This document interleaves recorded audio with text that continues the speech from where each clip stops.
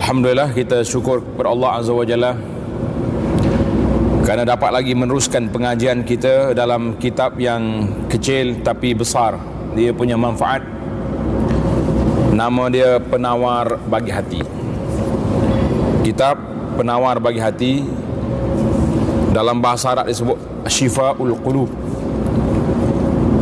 Penawar hati ini sangat penting, kerana hati itu adalah merupakan tempat Allah Subhanahu Wa Taala nak buat penilaian amalan seorang hamba. Kita telah masuk ke dalam bab yang ke-8, tamak dalam berkata-kata, iaitu dalam bab berbantah-bantah. Kita ni suka berbantah. Kata Tuan Syekh rahimahullah ta'ala, dan ada pun berbantah-bantah,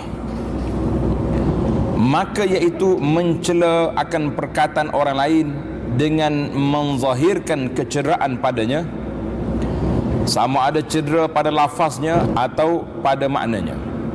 Itu maksud berbantah. Sebab apa dilarang berbantah? Sebab kaedahnya bila kita berdebat, biasa debat ni kita nak menang. Debat nak menang, berbeza dengan bermuzakarah. Bermuzakarah maknanya masing-masing mengingatkan kawan. Sahabat ni kata maksud gini hadis ni, jawab yang seorang lagi, dak, gini maksud, ini pandangan ulama. Jadi kita nampak harmoni. Tapi debat tak, masing-masing mencari di mana kelemahan perkataan orang tu untuk kita jatuh. Kerana itu debat dilarang, kecuali dengan orang-orang yang tidak beriman, maka kita kena debat dengan dia. Wajadilhum billati hiya ahsan. Sikap berbantah-bantah berpunca daripada dua perkara. Sebab yang pertama, ada kalanya kamu ingin meninggikan diri dengan menzahirkan kelebihan yang dimiliki. Nampak tak nampak? Sebab yang pertama itu dicela ke tidak? Dicela pada syarat. Kenapa dicela? Sebab kita nak menzahirkan kita hebat. Saya bercakap fasih, petah berhujah. Awak apa hujah? Oh, jatuh. Sebab yang kedua, ada kalanya kamu mempunyai tabiat jahat yang suka menghina orang lain. Ini pun satu penyakit juga. Orang lain ni semua dia condemn, tak betul belaka, tak kena belaka. Walaupun kalau kita bahas sungguh-sungguh, bermuzakarah, kita akan nampak tak semestinya pandangan yang dia anggap betul itu betul. Boleh jadi yang dia anggap tak betul itu betul. Tapi bila orang suka berbantah, kerja dia mencari menjatuhkan hukum tak betul semua orang. Habis, tak kira siapa, ulama besar ke ulama kecil, semuanya dikondem, semuanya di-ban, semuanya. Maka kita ini kata satu sikap yang buruk mengikut pandangan syarak. Maka sikap berbantah-bantah itu menyebabkan lahirnya dua perkara yang keji. Sedangkan apa yang wajib kita lakukan adalah membenarkan sesuatu yang kita dengar daripada perkataan yang sebenar, dan kita hanya berdiam diri apabila mendengar sesuatu yang salah. Sekiranya perkara itu berkaitan dengan agama, maka perlu menegurnya secara lemah lembut dan berhemah. Kita dengar orang ni bercakap salah, bawa hadis tak betul, ataupun dia bawa hadis palsu contohnya, ataupun qaul syaz, pandangan ulama yang ganjil. Maka kita kena betulkan keadaan supaya tidak keliru masyarakat. Tapi kalau setakat dia salah diri peribadi dia, ya, dalam masalah keduniaan kita boleh diam, tapi dalam masalah agama wajib kita kena betulkan.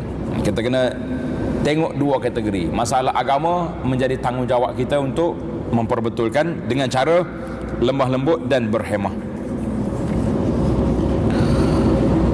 Sabda Nabi sallallahu alaihi wasallam, Nabi kita bersabda, man tarakal miraa wa huwa muhiqqun buniya lahu baitun fi 'alal jannah wa man tarakahu wa huwa mubtilun buniya lahu baitun fi rabadil jannah. Masya-Allah. Sesiapa yang meninggalkan berbantah-bantah ketika berada dalam keadaan kebenaran, kita tahu kita benar tapi kita tak mau berbantah, Orang ajak berdebat, tak mau. Kita nak muzakarah secara ilmiah, secara harmoni, secara baik. Apa dapat? Maka dibina baginya kediaman di dalam surga yang tertinggi. Masya Allah. Sekarang ni kalau orang mari challenge kita, cabar kita, sabar. Saya tak pandai nak bantah, tak pandai nak berdebat. Tapi kalau nak bincang boleh, nak muzakarah boleh, nak munakasyah boleh. Orang ni dapat bahligai di atas syurga. Dan sesiapa yang meninggalkan berbantah-bantah sedangkan dia berada dalam kesalahan, maka dibina baginya kediaman di sekeliling syurga. Kalau kita salah, kita tak nak mau bantah, tapi kita mengaku je lah. Terus duduk orang panggil tegak benar basah, maka dia juga dapat kediaman dekat syurga. Tak dalam syurga juga, tapi bawah sikit. Hadis ini tengok riwayat Imam At-Tirmizi. Apa makna rabadul jannah? Apa yang mengelilingi syurga dan berada di luarnya, ia diumpamakan sebagai binaan atau bangunan yang mengelilingi bandar-bandar, dan binaan itu berada di bawah benteng istana yang kukuh. Mana masih dalam syurga, cuma tepi-tepi, tidak duduk di dalam bahagian tengah. Itu maksud rabat al-jannah.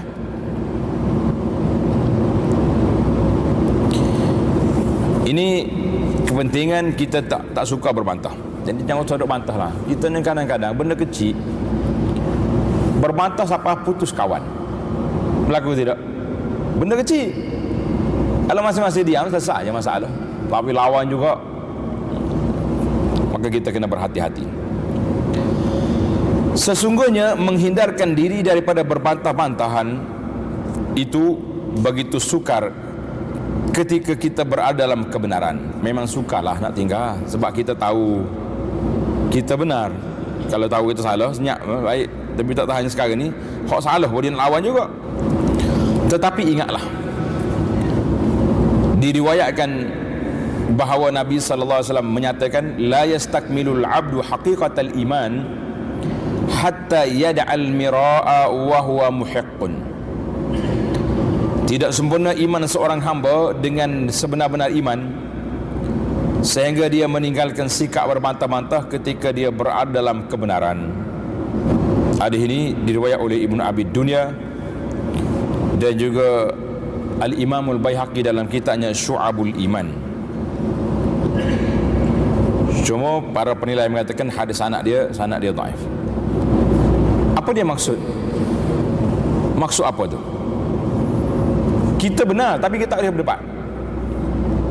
Adakah langsung tak boleh nak berhujah? Jawabnya kita tengok keadaan. Kalau dalam bab agama, golongan ajaran sesat macam sekarang ni, golongan liberal nama dia, golongan liberal, maka orang ni kita mesti berdebat, mesti lawan dia dengan syarat kita mempunyai kemantapan ilmu. Orang yang tak mantap ilmu jangan pergi lawan, nanti kalah. Bila kalah, oh Islam salah. Nah, pada tu dalam masalah debat, masalah berhujah ni, ada orang-orang yang pakar yang boleh lawan. Kalau kita tak pakar, jangan, baik kita diam. Nanti Islam itu runtuh dengan sebab kita. Islam